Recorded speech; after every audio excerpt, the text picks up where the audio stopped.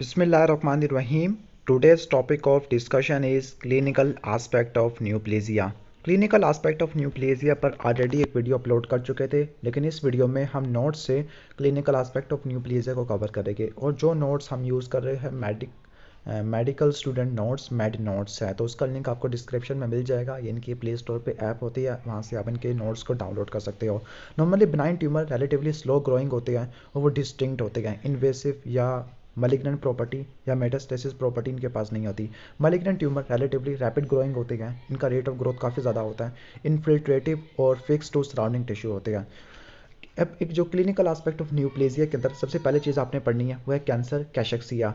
अब जिन इंडिविजुअल के अंदर कैंसर होता है तो उनके अंदर बॉडी फैट और बॉडी मसल मास इनका लॉस हो जाएगा। और उस बॉडी मास और बॉडी मसल लॉस को समझाने के लिए हम ये नहीं कह सकते कि उसको एपिटाइट लॉस था या दूसरी चीज़ें थी। यानी हम ये नहीं कह सकते कि वो खुराक नहीं ले पा रहा जिसकी वजह से उसका मसल मास या बॉडी फैट लॉस हो गया।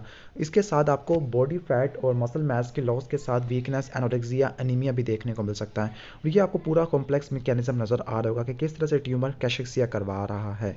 ओके, ट्यूमर का डिफरेंट ऑर्गन के ऊपर क्या इफेक्ट होगा। जिस तरह अगर आप देखो नीचे डायग्राम में कि ट्यूमर कुछ पीटीएच आर पी प्रोड्यूस कर रहा है, पैराथायरॉयड रिलेटेड पेप्टाइड, जो वाइट एडिपोज टिश्यू पर जाके काम कर रहे हैं, वहाँ पर लाइपोलाइसिस को बढ़ा के फैटी एसिड के रिलीज को बढ़ा देते हैं। ठीक हो गया, लाइपोजेनेसिस को कम कर देते हैं, जिसकी वजह से प्लाज्मा के अंदर फ्री फैटी एसिड का लेवल काफ़ी ज़्यादा हो जाता है। तो ये पूरा स्केच दे सकते हो किस तरह से ट्यूमर आगे क्या करवा रही है, कैशेक्सिया करवा रहे हैं। लेकिन आपको इतना पता होना चाहिए कि ट्यूमर किस तरह से हमारे बॉडी मास को, मसल मास को, फैट मास को कम कर देती है। इसकी वजह ये है कि ट्यूमर साइटोकाइन की प्रोडक्शन को बढ़ा देती है। साइटोकाइन में इंटरल्यूकिन 1 है, ट्यूमर नेक्रोसिस फैक्टर अल्फा और इंटरल्यूकिन 6 आ जाती है।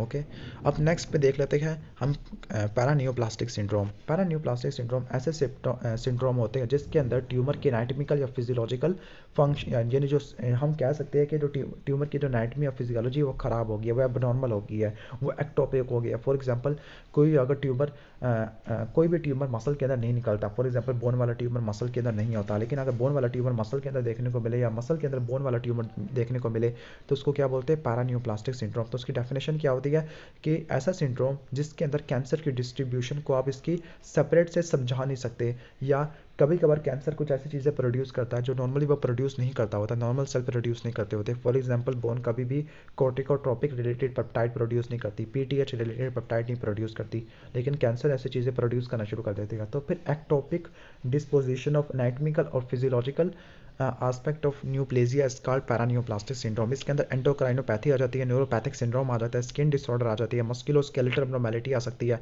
हाइपरकोगुलेबिलिटी आ जाती है। एंडोक्राइनोपैथी के अंदर Cushing syndrome, hypercalcaemia, neuropathic syndrome के अंदर पोलीमायोपैथी, पेरिफेरल न्यूरोपैथी, न्यूरल डीजनरेशन आ सकती है, मायोस्थीनिया सिंड्रोम, स्किन के अंदर अकेंथोसिस नाइग्रिकेंस आ सकती है, स्केलेटल जॉइंट एब्नॉर्मेलिटी के अंदर हाइपरट्रॉफिक ऑस्टियोआर्थराइटिस आ सकता है, हाइपरकोगुलेबिलिटी आ जाती है।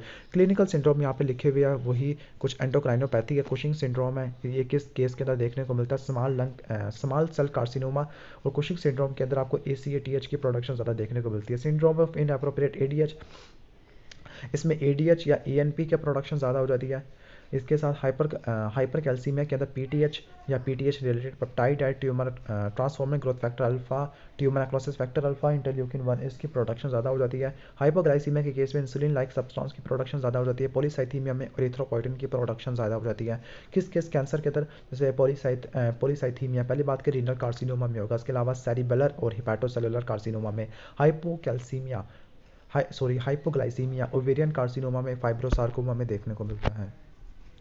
ये थे एंडोक्राइनोपैथी। इसके अलावा दूसरा टेबल भी है जिसको आपने कर लेना, रॉबिन से कर लेना, लेकिन आपको नाम बता देता हूँ। नर्व और मसल सिंड्रोम के अंदर माइस्थीनिया आ जाते हैं, डर्माटोलॉजिकल के अंदर डर्मोमायोसाइटिस आ जाता है, अकेंथोसिस नाइग्रिकेंस आ जाती है, मस्कुलोस्केलेटल के अंदर क्लबिंग ऑफ फिंगर, हाइपरट्रॉफिक ऑस्टियोआर्थ्रोपैथी आ जाती है, वैस्कुलर फिनोमिना के अंदर ट्रोजियो सिंड्रोम है जिसको वीनस थ्रोम्बोसिस बोलते हैं।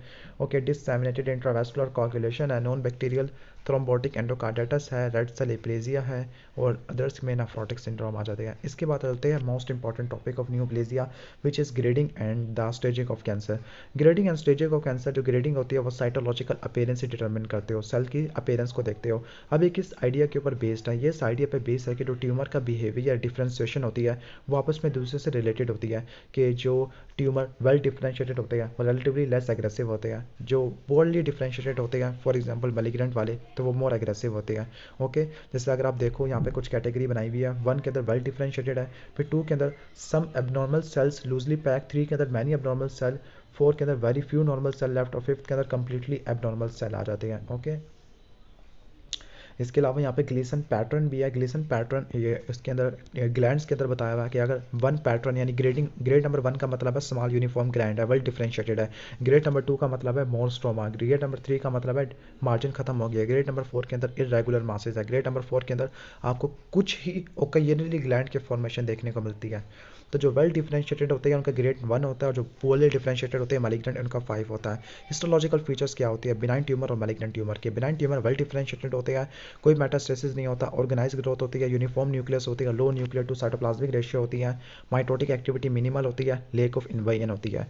और इन सब को उलट कर दो कि loss of polarity, nuclear pleomorphism, hyperchromatosis, high nuclear cytoplasmic ratio, atypical mitotic activity, invasiveness and malignance. जैसे अगर आप डायग्राम में देखो तो आपको डायग्राम में मैलिग्नेंट और बिनाइन और मैलिग्नेंट ट्यूमर का कंट्रास्ट मिल जाएगा। ओके, अब लास्ट है staging of the cancer. Staging ये कैंसर के साइज और उसके सेपरेट को असेस करने के लिए इस्तेमाल होती है। इसके अंदर की ये एक ज़्यादा इंपॉर्टेंट की प्रोग्नोस्टिक फैक्टर है, ज़्यादा इंपॉर्टेंट है एज कम्पेयर टू ग्रेडिंग होती है। अब इसके कुछ सिस्टम होते हैं, for example TNM system.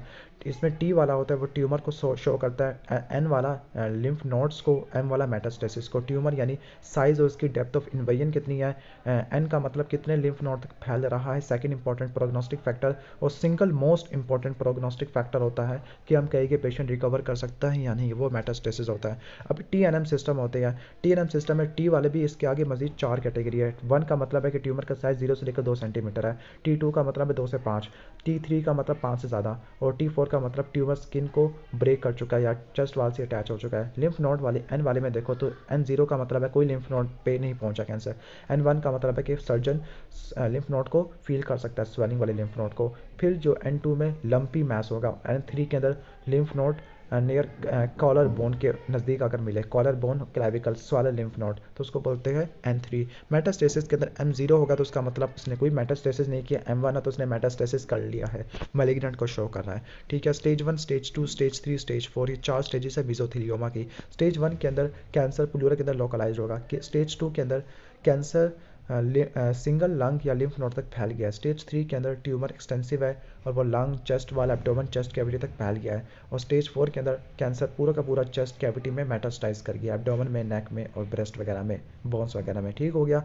Okay, तो ये कवर हो गया क्लिनिकल एस्पेक्ट ऑफ न्यूप्लेजिया। ये सारा मटेरियल हमने मेडिकल नोट्स वाली ऐप से लिया गया है, तो ये वाला फेयर यूज़ के लिए हम ओनली यूज़ कर रहे हैं। और आपको मैं लिंक डिस्क्रिप्शन के अंदर दे दूँगा, लिंक डिस्क्रिप्शन में लिंक दे दूंगा डिस्क्रिप्शन में लिंक दे दूंगा इस ऐप का, तो आपने इस ऐप को डाउनलोड कर लेना, मेडिकल स्टूडेंट नोट्स को, www.mednotes.com। और वीडियो अच्छी लगी हो तो उसको लाइक भी कर देना, चैनल पर आएंगे तो सब्सक्राइब भी कर देना।